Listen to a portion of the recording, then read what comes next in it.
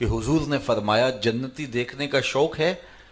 تو سب نے کہا حضور کیوں نہیں؟ فرمایا دروازے پہ نگاہیں جما لو، جو پہلا شخص مسجد میں داخل ہوگا وہ جنتی ہوگا۔ اب کہتے ہیں ہماری نظریں دروازے پہ لگ گئیں، انتظار تھا کہ کون خوش نصیب ہے کہ جو آئے اور حضور نے اس کے لیے بشارت دے دی ہے کہ وہ جنتی ہوگا۔ ایک بوڑھے بزرگ آئے، تازہ وضو کی وجہ سے ان کے آثار وضو چمک رہے تھے، داڑھی پر تازہ پانی کے آثار تھے، جوتا انہوں نے بائیں ہاتھ میں پکڑا ہوا تھا اور مسجد میں داخل ہوئے۔ اگلا دن آیا تو حضور نے پھر فرمایا جنتی دیکھنے کا شوق ہے؟ ہم نے کہا حضور کیوں نہیں؟ فرمایا دروازے پہ دیکھو، جو شخص بھی مسجد میں اب داخل ہوگا وہ جنتی ہوگا۔ ہم نے دیکھا تو وہی بزرگ تشریف لائے، تازہ وضو کے آثار چہرے پہ تھے، جوتا بائیں ہاتھ میں پکڑا تھا۔ تیسرے دن حضور نے پھر فرمایا جنتی دیکھنے کا شوق ہو تو دروازے پہ دیکھو، جو پہلا شخص اندر داخل ہوگا وہ جنتی ہوگا۔ کہتے ہیں جب نظریں دروازے پہ جمی تو وہی بزرگ نمودار ہوئے اور حالت بھی وہی تھی۔ کہتے ہیں کہ جب مجلس اختتام کو پہنچی، لوگ گھروں کو پلٹے تو میں اس بزرگ کے پیچھے چل پڑا۔ میں نے کہا کہ بابا جی میری والد گرامی سے کوئی شکر رنجی ہو گئی ہے، تو میں کچھ دن تمہارے ساتھ گزارنا چاہتا ہوں، تو کیا مجھے آپ اپنے ہاں رکنے کی اجازت دیں گے؟ انہوں نے کہا آ جاؤ کوئی بات نہیں۔ وہ مجھے اپنے گھر لے گئے۔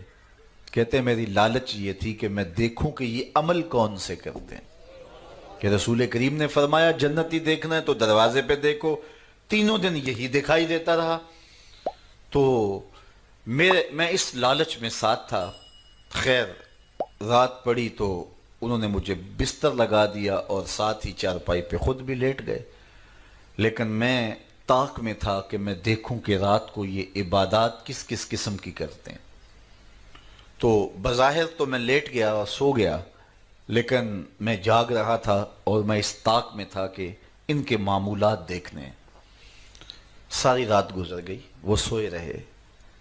ہاں ایک عمل میں نے ان کا دیکھا کہ جب وہ کروٹ بدلتے تھے رب کا نام لیتے تھے، اس کے علاوہ کوئی معمول نہیں تھا۔ صبح اٹھے، میں بھی اٹھا، فجر پڑی، سارا دن معمولات میں گزرا، باغ میں گئے، گوڈی کی، کھجوریں توڑی، جو بھی معمولات تھے، ظہر پڑی، کھانا کھایا، دوپہر عصر ہوئی، مغرب ہوئی، اگلی رات ہوئی تو پھر میں طاق میں رہا۔ شاید کل میری وجہ سے اپنے معمولات انہوں نے ترک کر دیے ہوں، تو جو عادی ہو تو ایک رات تو اوکھا سوکھا ترک کر لیتا ہے، تو اگلی رات اس کو پھر مشکل ہو جاتی ہے، تو آج تو اپنے معمولات پہ آ جائیں گے۔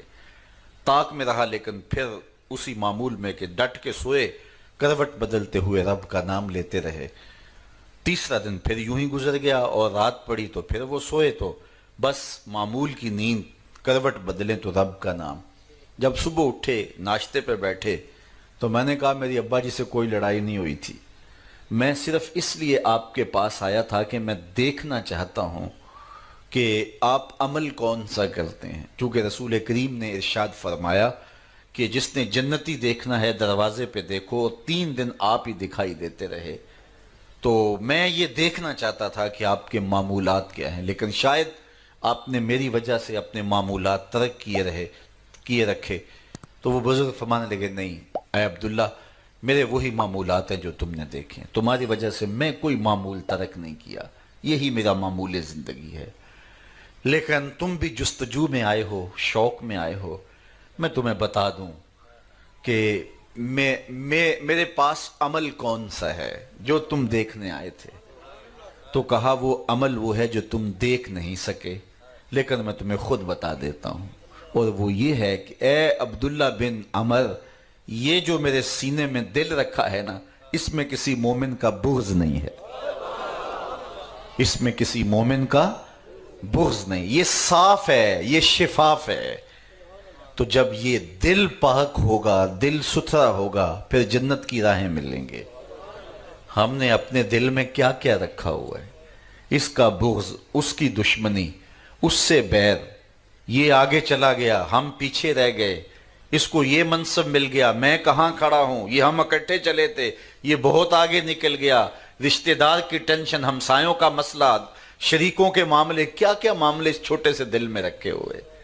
ہم نے اس دل کو نفرتوں سے بھر دیا، اس کو پیار سے بھرنا تھا کس کو پتھر مارے ناصر کون پرایا ہے، دل کے شیش محل میں ایک ایک چہرہ اپنا لگتا